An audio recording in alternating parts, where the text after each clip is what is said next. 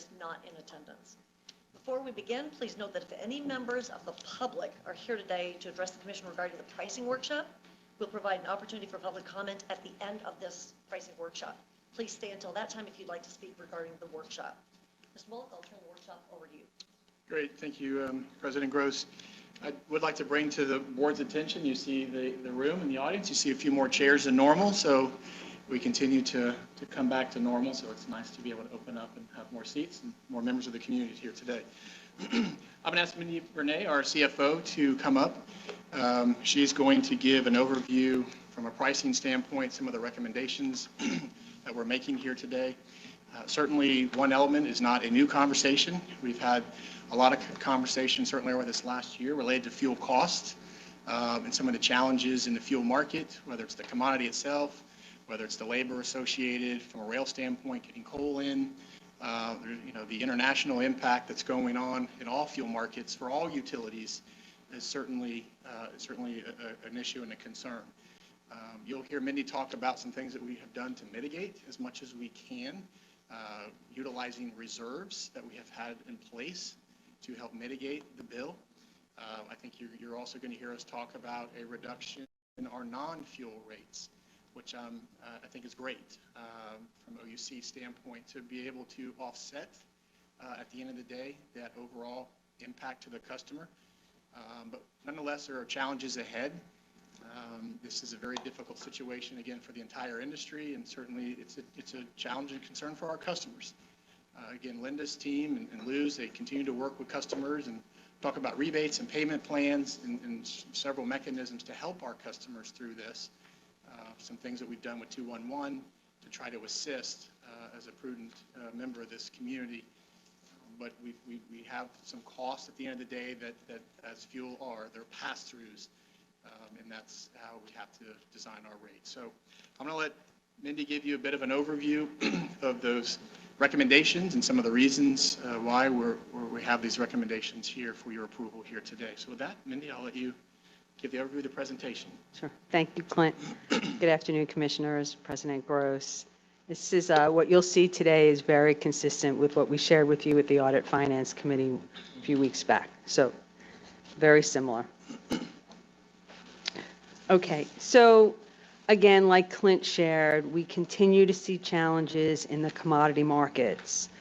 This is something that is not unique to OUC. The cost of fuel over the last year, natural gas, has doubled. So we've gone from around $3 to at some point close to $9. We see some moderation, but not moderation back to where we were a year ago. So we are kind of muscling our way through that. We've taken some steps earlier in the year, but those steps have not been enough to really battle some of the cost increases that we've incurred. We have been beyond just what we anticipated on just commodity costs. We've seen some additional challenges related to labor costs in allowing us to really leverage our diversification.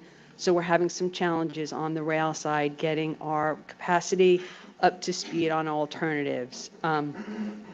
So all of this to say that, while we are hopeful, I should say, that prices into 23 and forward will begin to moderate. There is concern about the cold winter. Again, we had an abnormally hot summer. You've seen some impacts across the United States with rolling blackouts, lack of commodity availability and resources. So really, it's not something that is just unique to OUC. It is something that the industry in a whole is battling. And as Clint shared, fuel is a pass-through. There is no return earned on our fuel revenues. So as a reminder, what we incur in fuel costs is balanced against what we bill, and that we use fuel reserves to balance that. So on our financial statements, you will always see fuel revenue equal fuel cost. So moving forward, what we shared with you at our last Audit Finance Committee meeting is there is a need to take a second price increase. The price increase we are proposing for fuel is $16.50, but we have had abnormally warm weather, allowing us to have non-fuel revenue come in above budget. So we typically wait until the end of the year to really assess what will happen during the hurricane season or any emergency events. But given the unique circumstances and this being a third price increase, we are taking this step here, and you'll see that later in the agenda, to defer $25 million of excess energy revenue, non-fuel revenue, and applying that against the price increase to moderate that to $13. So that is a $16.50 fuel increase and a $3.50 base non-fuel energy reduction. That allows us to at least help moderate what we know are pretty steep price increases, and you'll see on the next page the efforts that compare us to our peer utilities, and the sooner we make these smaller incremental changes, it really helps moderate that for our customers over the long term. What we have, the chart on the right shows you, we have advanced customers on a monthly basis since about the May timeframe. We are currently sitting at an amount just shy of 60 million that we've advanced customers. We started last year at about 60 million favorable in reserves to allow for the volatility in the fuel markets, but we've exhausted that. And so now we have advanced customers about 59 million. This price increase, we hope, will stop the bulk of that, but you know, fuel is very volatile and it is relatively out of our control. It is priced at market pricing. So we do anticipate that perhaps we will see more fuel increases in January, which was originally planned. This is an unplanned price increase, but we will take the steps like we've taken now to see if there is non-fuel favorable revenue.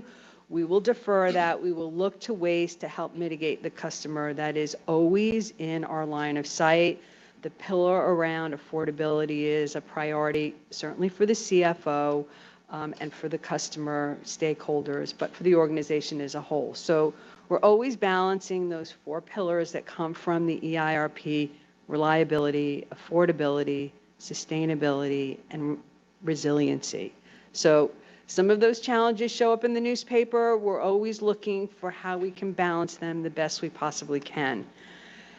So the price increase, we have scheduled for October 1st, pending board approval. We did choose October because that allows the summer months to be behind us. Again, another way that we can help our customers and not raise prices during the peak seasons.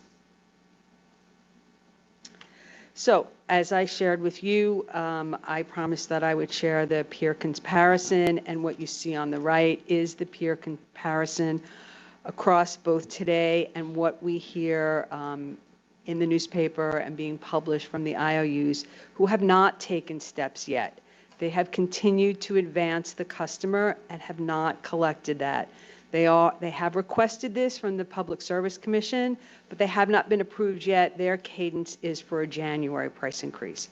So through the year, we've seen price increases on our peer average at around $39. The peers have raised their prices from, beginning of the year, we were sitting at 109. Now the peer average is at 153.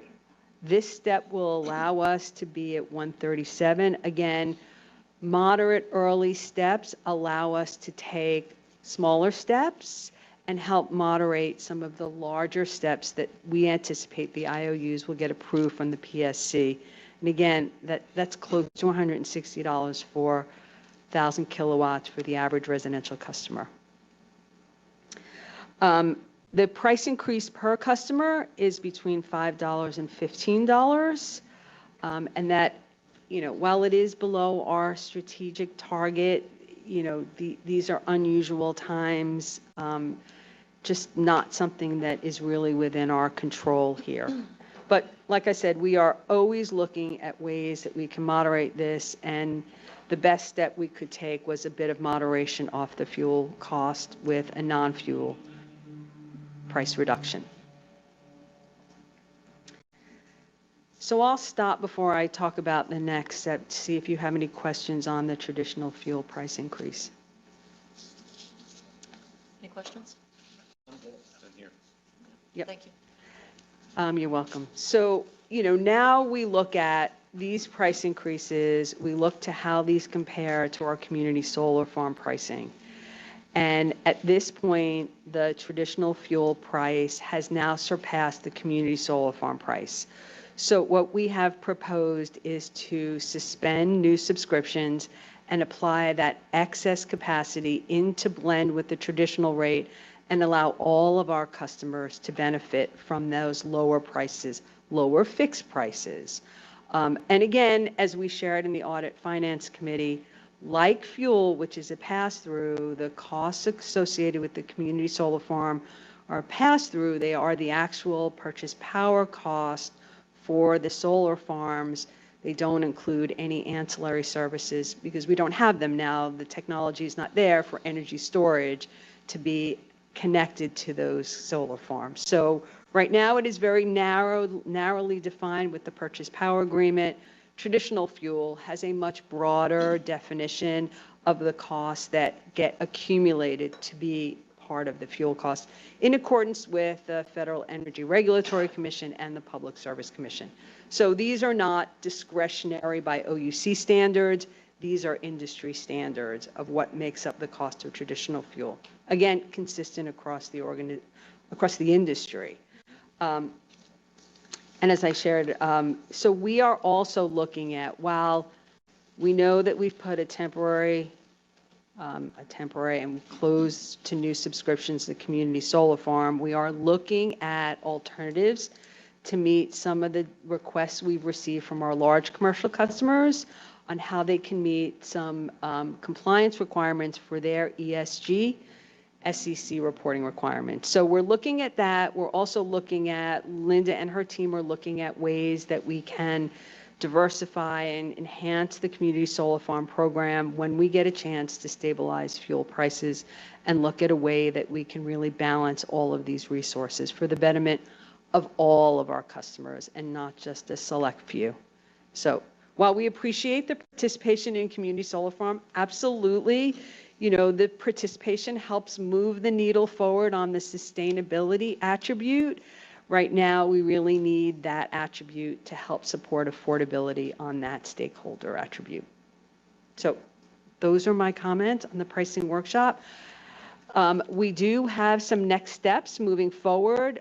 Clint mentioned them. We are proactively communicating to our customers, offering them ways to save, really, communicating on the prepaid services, rebate programs, the 211, really reaching out. We have expanded the Project Care funding to help those customers that may be financially challenged in the affordability section. But, we are always looking out to be, yes? Did you say you have expanded or? We have expanded in 22 and we are expanding in 23. So we've done both. Yeah, thanks for the clarity, because I Yes. thought we were definitely, we said in the meeting, expanding in 2023. We did both. Got it. Yep. So Linda's team came to me and said, we need more. The need is there. And we said, absolutely. So we also, we're always looking to our employees and we're looking to, what we can afford to do and always looking to help our customers. So I know that there's a big push on Linda's team and customer service and ways that we can help our customers, energy efficiency and alternatives. Okay. So, other questions that Sorry, I had it on mute. you may have? It's a new tool. It's so simple, though. No, no, I know. I didn't want you to hear me eating my lunch. That is all I have for the pricing workshop, and I'm happy to answer any questions. I probably have talked about fuel more in this calendar year than I have talked about fuel in my 20 years. It's been a challenging year. It's been a very challenging year, and you've heard me say this before. It's certainly with a heavy heart that I have to come and bring these price changes forward because it's not something that we take lightly here. Thank you. You're welcome. Questions, guys, about the pricing workshop, the community solar? Any questions there before I turn it over and open it up for some public comments? You okay? No, I'm good. Okay, so we've now completed the workshop presentation by management. I'd like to invite members of the public to address the commission regarding the workshop. I have two requests here from Ms. Curtis and Mr. Cohen. Are there any other requests from the public to speak on the pricing workshop? All right, I think we have these two. Ms. Curtis, would you like to come speak? And so while you're making your way up here, please state your name and address and whether you're an OUC customer. You should limit your comments to 3 minutes. The commissioners may direct questions to our officers or staff to address now, or if appropriate, we'll be contacting you with a response to your questions once we have verified the facts. So thank you, please. Thank you. Good afternoon, Chair Gross, Commissioners, and Mr. Bullock. My name is Dawn Curtis, and I am the Environmental Justice Chair for the NAACP. I am a resident, and I am also an OUC customer. I live at 4529 Cove Drive, apartment 108. Depending on what map you're using, it's either Belle Isle, Florida, or Orlando, Florida, 32812. I am here on behalf of over 15 organizations and countless of local residents concerned about OUC's upcoming rate hike. The Orlando community has already been struggling with the financial impact of the COVID pandemic and now facing a suffocating increase in the cost of living. To help alleviate this burden, President Biden passed a bill known as the Inflation Reduction Act. Today's proposed rate hike will effectively undermine President Biden's effort to help those working families who are relying on federal assistance, bringing utility costs down, not up. Please halt any rate hike until there is more thorough analysis of how the IRA can defray costs for your customers. Recent reporting by the Orlando Sentinel exposed the fact that OUC's reliance on fossil fuels is exuberating the burden of high energy bills for the Orlando working class. We simply cannot afford a rate increase. The article also noted the benefit of solar energy remains unchanged by today's volatile market prices.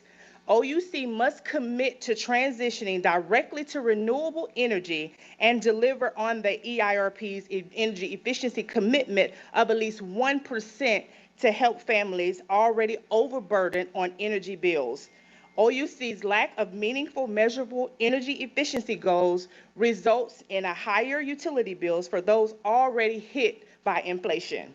With the passage of the Inflation Reduction Act, OUC has an opportunity to adjust the EIRP, take advantage of provisions that would enable a pivot away from fossil fuels like gas and increase investments in solar and energy storage. This, along with OUC's reaching its energy efficiency pledge of 1%, can help bring financial relief, resilience, and reliability to every Orlando family, regardless of race, ethnicity, or income. We ask you today, as members of the OUC board, to halt any rate hike until OUC conducts an analysis of benefits of the recently passed Inflation Reduction Act. Demand that OUC stop any plans to convert the coal unit 2 into a fracked gas unit. Demand that OUC issue an all-source request for proposal to test the market for lowest cost alternatives to fossil fuel at Unit 2, and demand OUC achieves its stated 1% energy efficiency goal by the end of 2023. We look forward to seeing you vote no on increasing the rates of Orlando's working families and taking advantage of the federal government's established opportunities in the IRA. Thank you. Thank you, Ms. Curtis. Thank you very much. Mr. Cohen, there you are.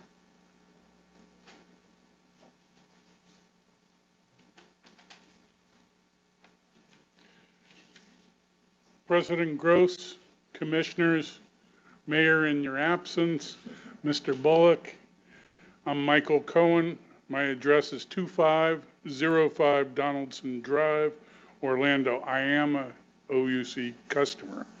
I represent Solar United Neighbors of Florida, the First 50 Coalition, and am a member of the new Interfaith Environmental Alliance of Central Florida. I want to give you a backhanded compliment.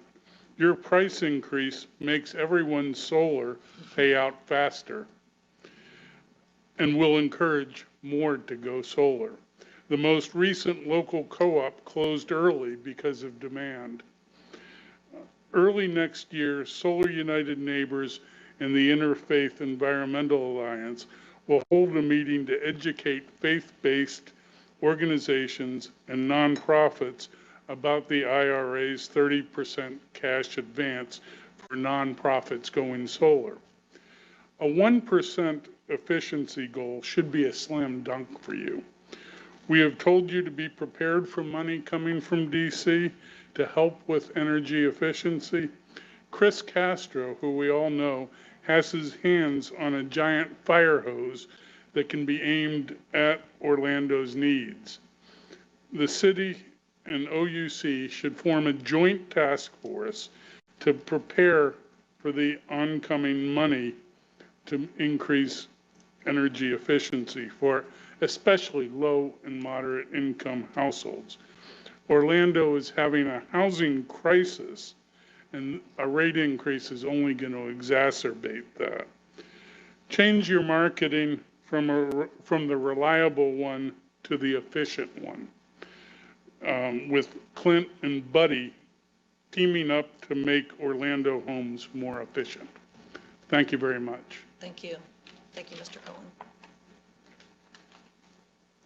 Thank you both for those comments. Just note that the staff will take a look at those comments and respond to you. Anyone else want to say anything else here? Questions, comments from the commissioners? Anything else you want to add to the pricing workshop? This is the second pricing workshop, right? We had another public Yes. pricing workshop last month too. So this is not the first time. This is like the second or third time we've been through this material. Any other questions here? None here, thank you. All right, if there are not any other comments, if there's no further business, is there a motion to adjourn the pricing workshop? Remember, we're going to handle the voting in the next regular commission meeting. Is there a motion to? So moved. Second. Thank you. We have a motion and a second. All in favor, please say aye. Aye. Anyone opposed? No? Say, motion passes. The pricing workshop is adjourned. The time is now 2:25 p.m. We're now going to move to the regular commission meeting. Let me start. Yes, thank you. Mr. Newman, will you provide the moment of reflection to get us going?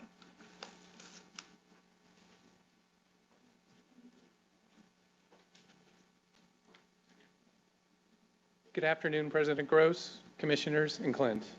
Can you believe it? It's almost the middle of September.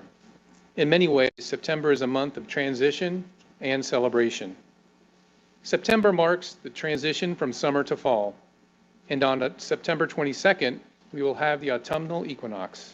On that day, there will be equal amounts of daytime and nighttime. And from that point on, the days will become shorter and the nights longer. Children and teachers have all made their way back to school after their summer breaks. The educational calendar is now in full swing. Even football season has started, and I hope your favorite team is off to a great start. September also marks the end of OUC's fiscal year, as we close out the financial books for 1 year and look forward to starting anew in October. And there are just over 3 months left in 2022, 110 days and counting. But September is also a month of celebration and remembrance. On September 5th, we celebrated Labor Day and recognized the contribution of workers nationwide to the prosperity of our country. On September 11th, Patriots Day, we remembered the terrible tragedy that shook our nations to its core with the terrorist attacks in New York City, Washington, D.C., and rural Pennsylvania. We remembered those citizens and brave first responders who lost their lives that day. Also on that day, we celebrated Grandparents' Day and acknowledged their timeless contribution to our families and community. Mid-September also marks the beginning of National Hispanic Heritage Month, which runs through November 15th. During this time frame, we recognize the achievements and contributions of Hispanic American champions who have inspired others to achieve success. The theme this year is Unidos, Inclusivity for a Stronger Nation. And to help mark this event, the City of Orlando will be hosting a community celebration at Camping World Stadium on September 29th. And on September 25th, we will mark the Jewish New Year celebration of Rosh Hashanah. So whether September brings to mind a transition from summer to fall, or days to celebrate and remember, there are many ways to reflect on the events of this month. And that also makes it the perfect time to personally reflect and reset your plans for the fall season in the end of the year. So as you look back on the first 8 months of the year, and everyone remembers their New Year's resolutions, have you accomplished what you set out to do? If not, why? Were there distractions? Did you lose motivation? Now is the time to refocus and reframe your goals so you can finish the year strong.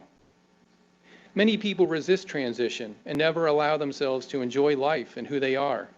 They should embrace this change no matter what it is.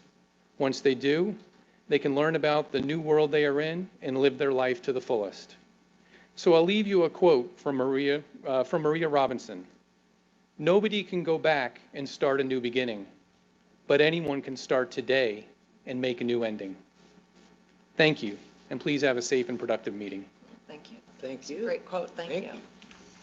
All right, I'd like to invite Joe Riley up to come forward and lead the Pledge of Allegiance. While he's making his way up here, let me tell you that Joe served in the Army for 8 years, achieving the rank of Specialist. He's worked at OUC for 15 years, and his current title is Director of Operational Technology. Please stand and join for the Pledge of Allegiance.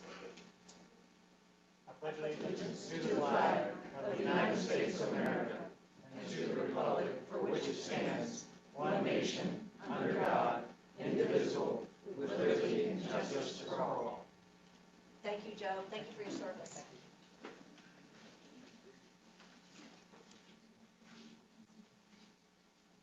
All right, the time is now 2:29, and I call the September 13th, 2022 Commission meeting to order.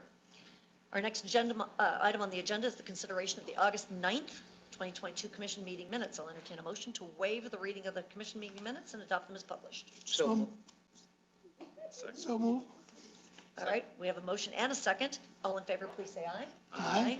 Anyone opposed? Motion passes. Thank you, guys. We have no service awards this month, so we'll proceed directly to the community recognitions. Ms. Thompson, would you like to present the first community recognition?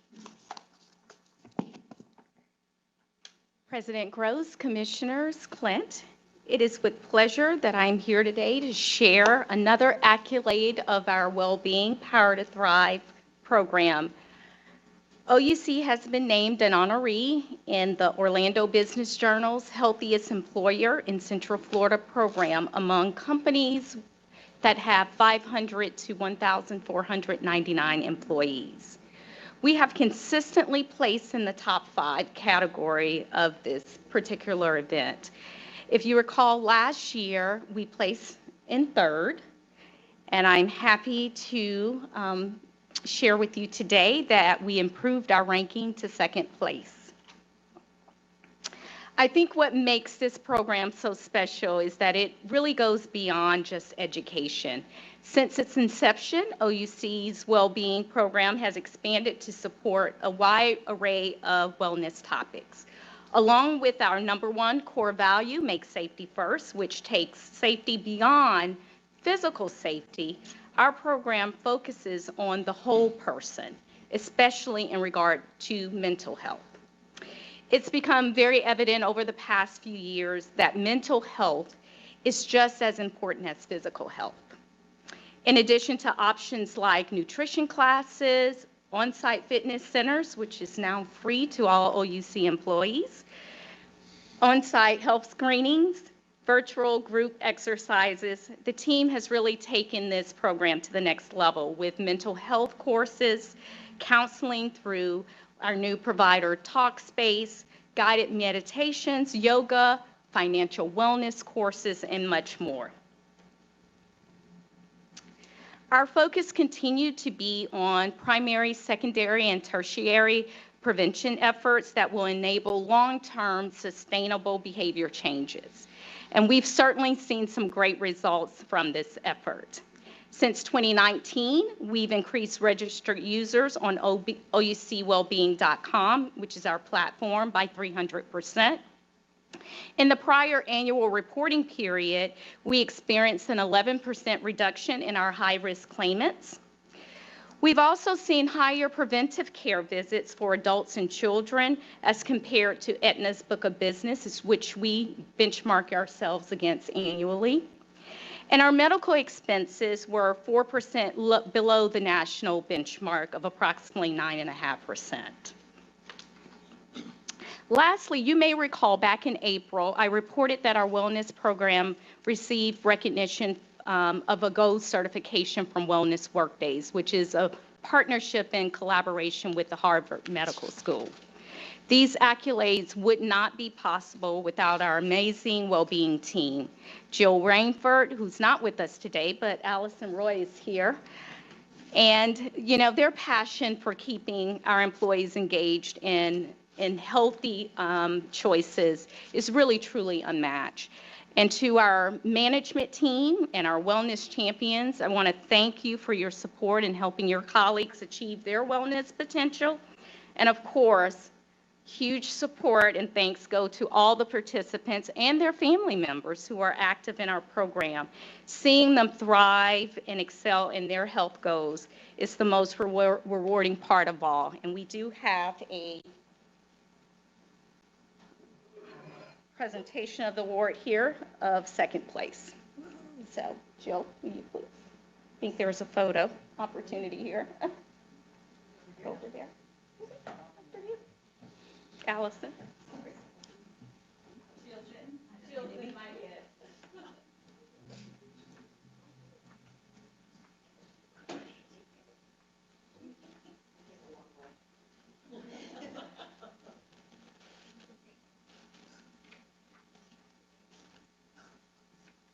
Thank you. Congratulations. Wonderful. Yeah. Congratulations to the entire organization. Thank you.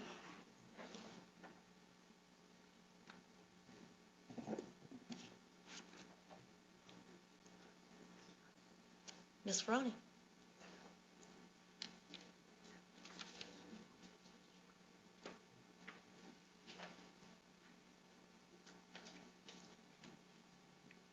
I'm not sure which topic I'm speaking about. There we go. That's the one. I've got two. So good afternoon, President, Commissioners, Clint. I am incredibly proud to share some fantastic news on behalf of all of OUC's employees. For the second time in 3 years, our customers have recognized OUC as a most trusted brand, as you can see here on the screen, amongst U.S. electric-only providers. That's #1 in the nation. We're incredibly excited about this. This is the result of a survey conducted by the third-party independent human behavior and analytics firm Escalent. With a score of 749, OUC placed first in the nation amongst electric utilities, included in this 2022 Cogent Syndicated Utility Trusted Brand and Customer Engagement Residential Study. It's a bit of a mouthful there. So this survey, let me tell you about it. It surveyed about 80,000 customers to track the performance of 140 gas, electric, and combined utilities. And it's on a 1,000 point scale. Only 39 of those 140 utilities actually meet the benchmark and qualify as a most trusted brand. So let me go to the next page. This will show you only the South region, just so it's a little easier to look at, not the entire nation. But what you'll see is TECO and FPL also qualified as most trusted brand. OUC's score surpassed FP&L by 16 points and TECO by 31 points. You can tell we're a little proud of this. Of course, making OUC the #1 in Florida, but also in the nation. So as I mentioned, this is not the first time that we've been recognized. You can see looking at the scores there. I should point out TECO is there in the red. Just so it's a little easier to see. That's TECO there in the red. We're ahead of them by 31 points. FP&L here in the red. We're ahead of them by 16 points. You can see Duke and JEA were also part of the survey, but were not selected as most trusted brands. They didn't quite meet the benchmark.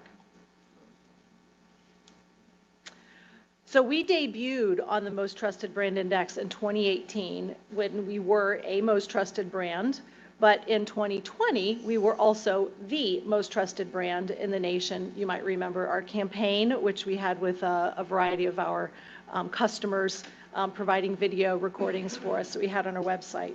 You also might recall that earlier this year, from 2022, Escalent named OUC as a 2022 Environmental Champion. That was a customer-focused study gauging utilities' environmental stewardship. So we are very, very engaged with Escalent's surveys. Awards like these truly are testaments to our dedication and our employees' dedication towards our customers and what it really means to be a community-based utility. We work hard to ensure that our customers' trust only grows because we know that trust lost is very difficult to ever regain. OUC is a customer and community-faced organization constantly working to provide exceptional services and to be the incredible partner improving lives of those that we serve and beyond. And of course, these words are not possible without the support and the direction from you, our board. So thank you for always helping us to strive for excellence. Any questions? It's fantastic. Fantastic, great. Thank you. Do I have another topic? I think you have another one. I do. We'll keep going then. You know, And then here. So for the second time in 3 years, OUC has made, wait for it, quite a splash. You might have seen it on the news, but Central Florida, of course, knows us as the reliable one, but we're proud to say, too, that we're also the sustainable one. So take a look. You want to go ahead and start the survey. I'm glad I could make you two laugh. Start the video, sorry.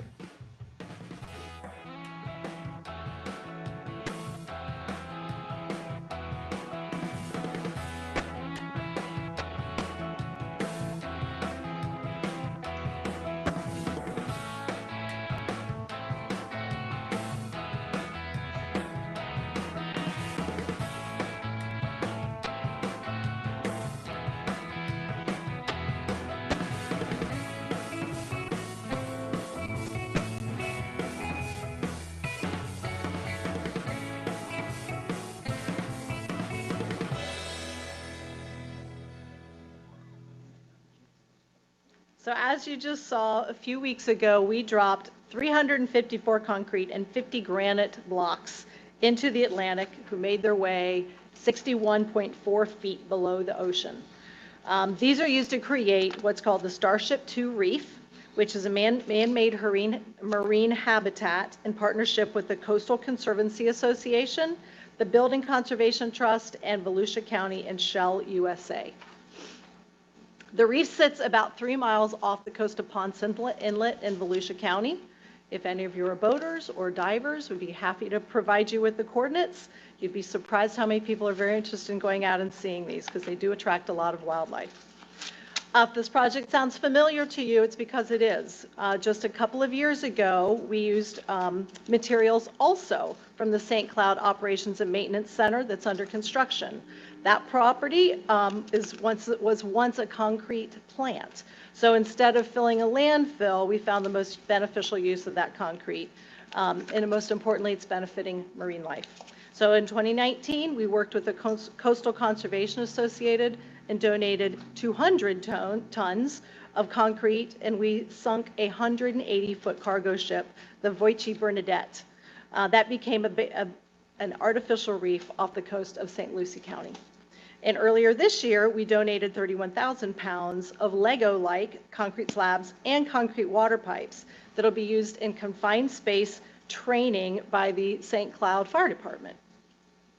As with all these projects, it's a huge team effort involving a lot of people across the commission. So I would like to recognize a few of them. Terry Torrance, who I know is here today, she leads a lot of this for us, working closely with our community, the environmental partners, to ensure that the materials are used in the most sustainable way possible. Vince Preston from Logistics and Gary Bainan at the St. Cloud construction site. We thank them for their assistance.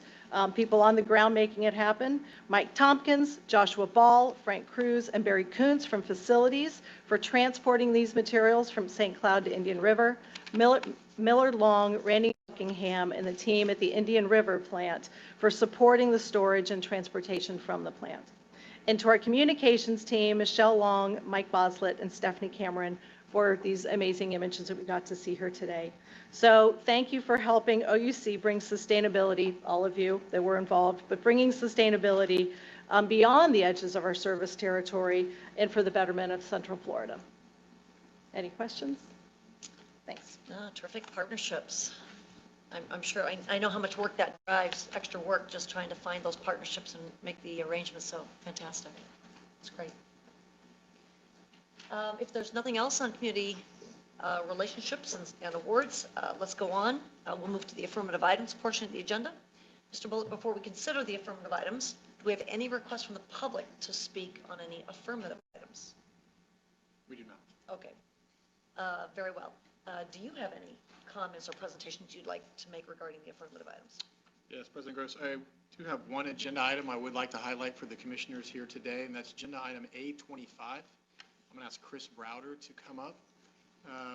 This agenda item really provides an opportunity for OUC to leverage an asset in land that we have.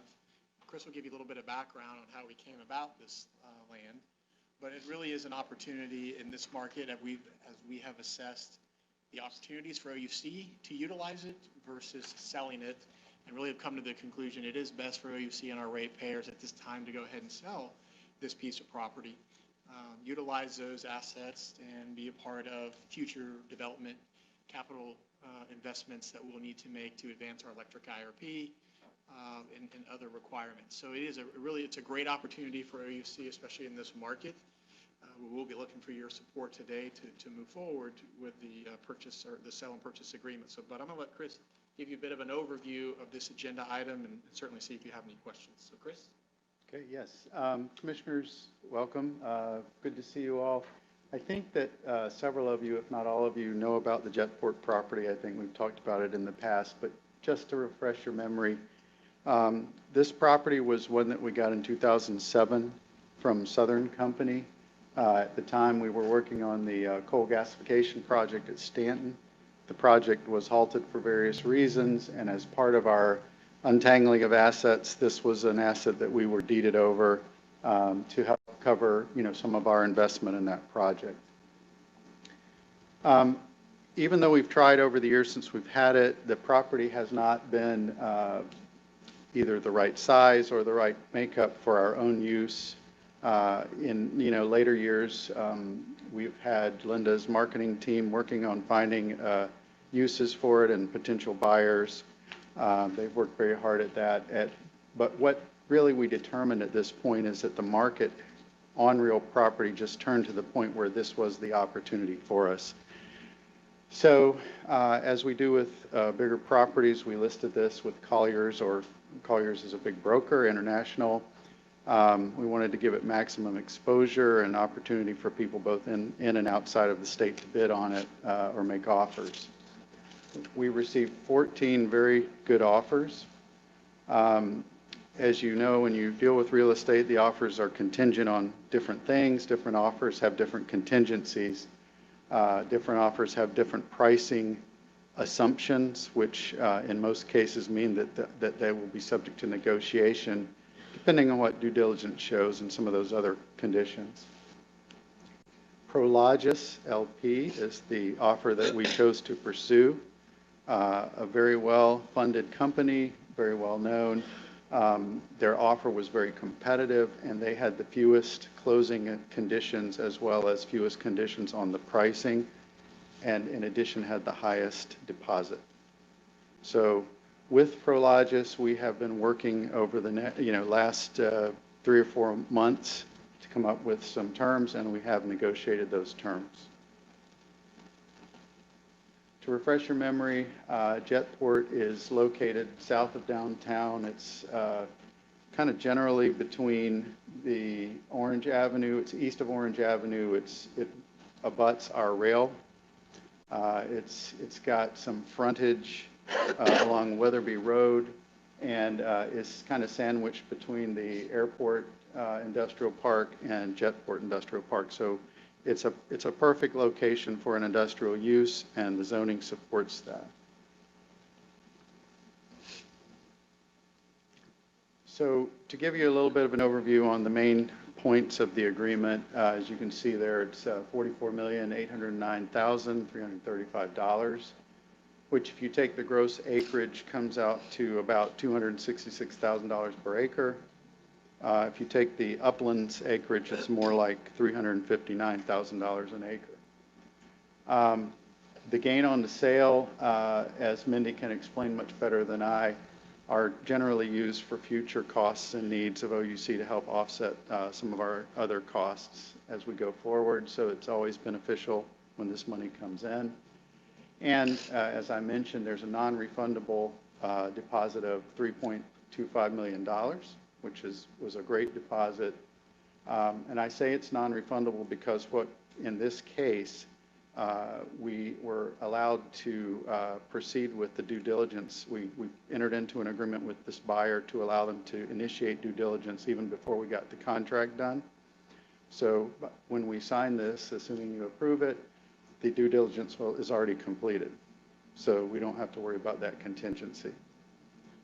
The closing will be, there's an earlier of option here. There's 15 days after annexation. Annexation to the city is a big deal for this team, or if it's hits 12 months after the agreement date, that's the cutoff for closing.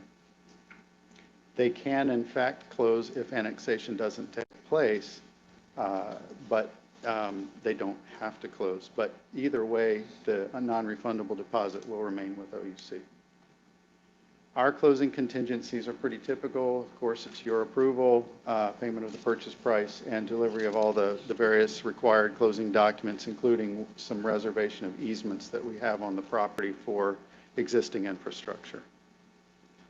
As I said, this is, we have right next to the rail here, so we're very protective of that, and these buyers know what the rail means to us, and they're very respectful of that use. So what are we asking today? We're asking your authorization for the general manager to sign the sale and purchase agreement with Jetport for the Jetport property with Prologis for the amount we said, and for general manager to execute all the related closing documents when the closing contingencies are met. And as you know, when we do a closing, there's all kinds of side documents and agreements that have to be signed, so we go ahead and ask for that approval when we come to you each time. So that's an overview. I am happy to answer any questions you may have. Commissioners? I have none. No other questions? Nope. Okay. Thank you. I'm going to ask, just checking one more time before we vote on the affirmative items. Are there any members of the public that want to speak to the affirmative items? Okay. All right then. Is there a motion to approve the affirmative items A1 through A25? So moved. Do I have a second? Thank you. We have a motion and a second. All in favor, please say aye. Aye. Any opposed? All right, the motion passes. Thank you all. Let's move on to new business. Mr. Bullock, do you have any comments on the new business item for electric prices and community solar farm program? Yeah, Commissioner, I'll just share a couple of words from some of the members of the community that came in. I think on the IRA, I want to commit to the commission that we will come back in the month of November to provide the commission an overview related to the bill, related to grants, related to some programs. The team internally has been working diligently. We've retained an outside consultant to help us. We're really trying to get our arms precisely around what it means, what is there. Many can speak more to this, but the IRS and the U.S. Treasury is also still trying to get their arms around precisely the bill, what it means, and how it can be leveraged, what are the financial repercussions of the different programs, how the different tax credits are going to work, et cetera, et cetera. There's still a lot of questions, but the team is working hard on it, and we will provide an overview back to the board in November. And I think, there are some opportunities. I think we have talked about through the electric IRP, we are committed to solar, we are committed to energy storage, we are committed to transitioning off of coal, we are committed to reducing CO2 emissions, we are committed to electrification. So there are opportunities. We're working with the City of Orlando and Links and a variety of other community members where there's opportunities to leverage grants and funding. That is not new to us, and you know that as board members that we continuously work and are committed to community and community partnerships, is really strong here in Central Florida and Orlando. So we'll continue to leverage that. We have continued our efforts on looking at energy efficiency and water efficiency programs. So Linda and Luz, you've heard, have provided updates. We're continuing to work. We've got consultants that we're working with. So, that's a commitment that we are continuing, to work on. And the electric IRP, we said adjustments will occur. If hydrogen comes about, we'll try to do that, quicker. If wind by wire is an option, sooner than what was in the electric IRP, we said it's fluid. It can change, whether it's technology changes, funding changes. That's why we're going to do it every 5 years. So, I think when it comes down to the fuel rate, it's cost, it's fuel cost, it's costs that we are seeing. We have gone negative on our stabilization fund. That cannot continue. We cannot continue to go negative. All that does is put more pressure and higher rates for our customers. We've demonstrated that our rates are certainly lower than the peer group.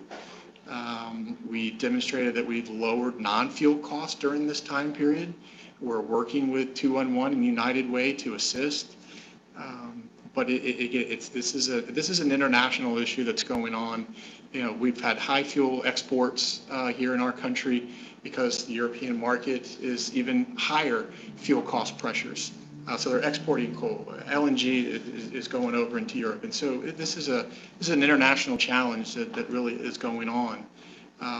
But we are at a point that we feel like that our rates need to be approved. We need to move forward, and we'll continue to look at the IRA that's there, continue to look at energy efficiency for our customers, and continue to be diligent on this path for our customers. So those are some comments I'll share with you. Thank you. Thank you. All right, let me just check in once again. Are there any members of the public that would like to address the commission on new business item 1? All right, there are not. So before we vote on new business item 1, are there any comments or questions from the commissioners? Rate price, community solar. All right. If there are no other comments or questions, may I have a motion to adopt the proposed electric price changes effective October 1st, 2022, and community solar farm program changes effective September 13th, 2022, pending Florida Public Service Commission review? So moved. Second. We have a motion and a second. Thank you very much. All in favor, please say aye. Aye. Anyone opposed? All right, the motion passes. Thank you all. All right, Commissioner Mills, let me turn to you. Will you provide the Audit Finance Committee report?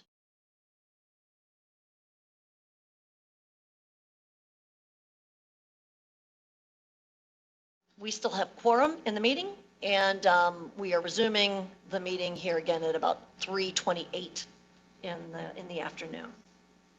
With that, I'd like to go back and turn to Commissioner Calvet, if you wouldn't mind providing the Audit Finance Committee report. Glad to. Audit Finance Committee report, August 17, 2022. The Audit Finance Committee conducted a special meeting August 17, 2022. The committee reviewed the July 2022 financial results, including a $23.6 million favorable variance in total revenues, excluding electric fuel revenues. To align this variance with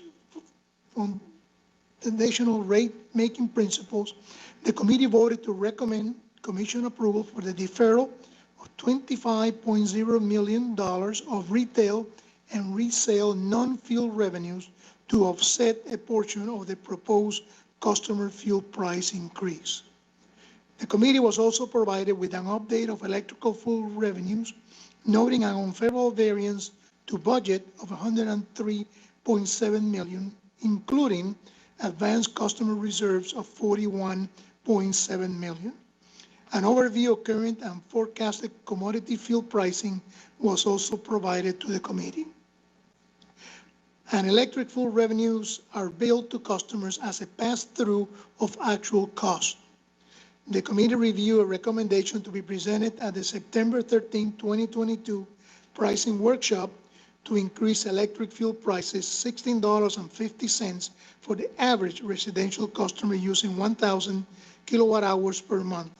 In tandem with this increase, the committee also reviewed a recommendation to be presented at the September 13, 2022 Commission meeting for the approval to decrease electric base energy revenues $3.50 for the average residential customer using 1,000 kilowatt hours per month for a net increase of $13 for the average residential customer using 1,000 kilowatt hour per month effective October 1, 2022.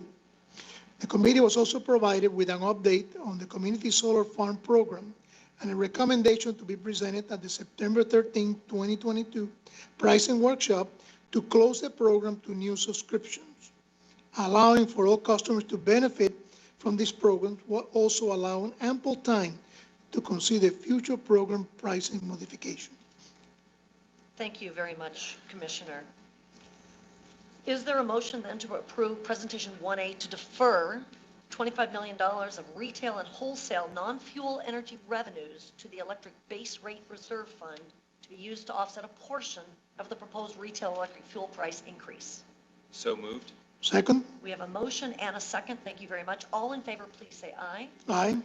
Anyone opposed? Motion passes. All right, Ms. Brene, I'm going to turn to you now. Will you please present the financial report?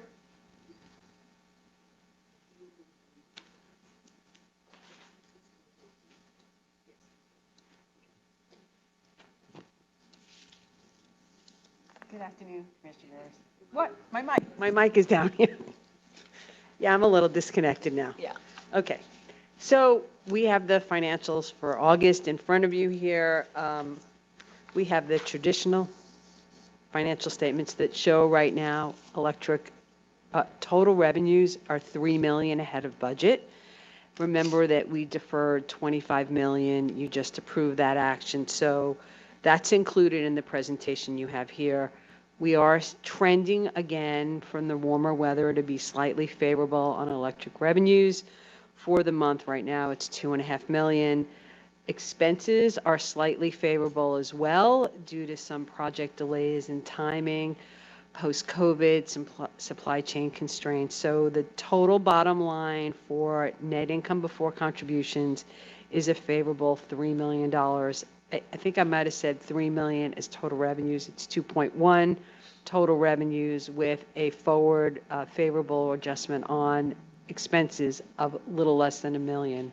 So to get the total 3 million. This does not include fuel revenue and fuel expenses, and that is on the next slide, but wanted to give you a net income number as to where we are now. Again, that includes the $25 million adjustment you just approved. On the second slide, I shared with you the fuel revenue and fuel costs, and I have the clicker. Oh yes, I have the clicker, but you did that for me, so yep, all kind of coordinating here. Maybe not coordinating so well, but okay.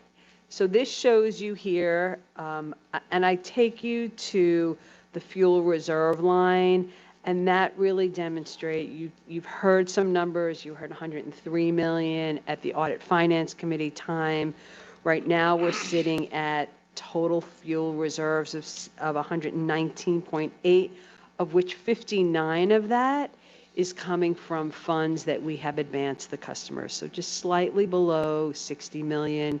Again, it's clipping at about 15 to 20 million a month that we're advancing customers. So big numbers, they support the continuous need, and we appreciate your approval to approve the price changes so that we can stem and get ahead of that and not really have to increase prices at a greater clip at a future date. So those are the financial numbers for the month of August. I think somebody mentioned along the way, we are maybe Kevin did in the opening, we are a month away from the fiscal year end. We hope so far we have been free and clear of hurricanes, but we have about 15 days to go. So I'm happy to answer any questions. What? I don't know. I don't know. I hope I didn't jinx it, so. No you questions know. here, thanks. I don't think I have that power.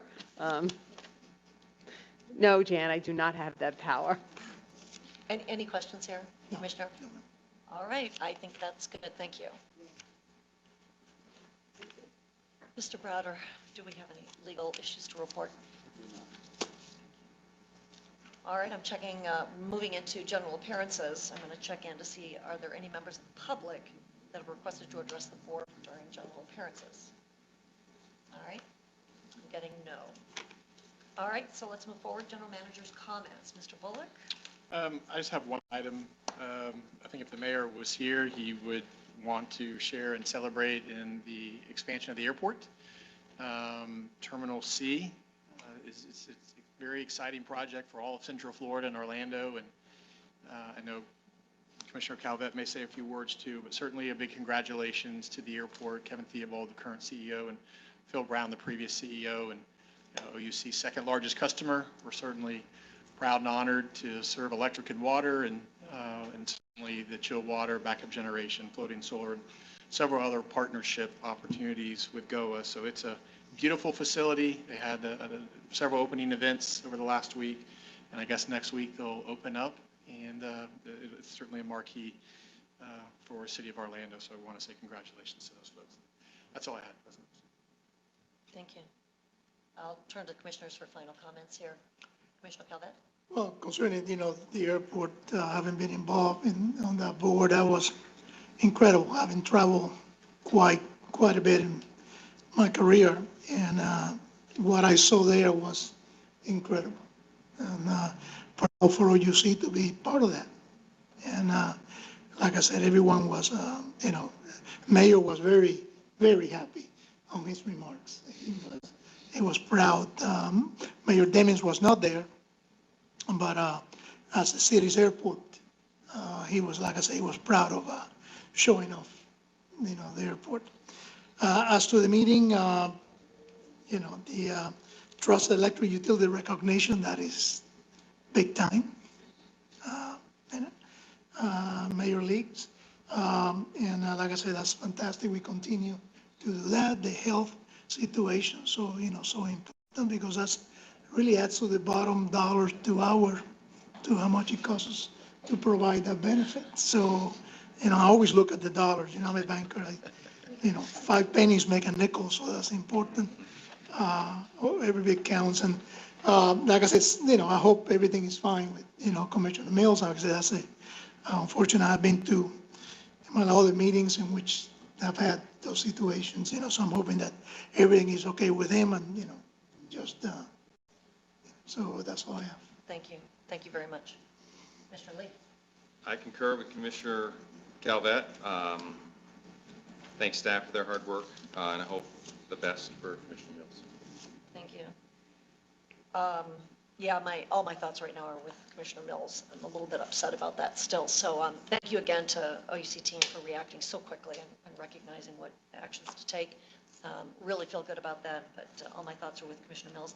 I did want to just quickly thank Mr. Bullock. Thank you for offering to bring back the question that the member of the public asked here today about assessing what's in that IRA, the very difficult to understand by anybody working in the industry out there. No one quite understands what just happened, but it's very, very complicated, and they're still, I think they're still walking through what it says to all of us.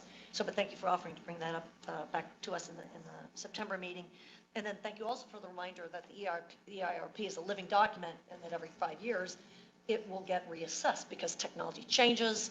Maybe wind patterns will change somewhere in the United States that benefit us, and we can figure out transmission system solutions coming down into Florida. But I really appreciate that reminder too. And then lastly, on the #1 trusted electric utility in the United States, that's incredible. I know that there are places I could leverage that information, but I think I'll just leave it quietly on the desks of some people and let them just do what they will with that information. But I have to be careful not to gloat too much here. Thank you, everybody. And with that, I'm going to adjourn the meeting at about 3:38. Thank you all.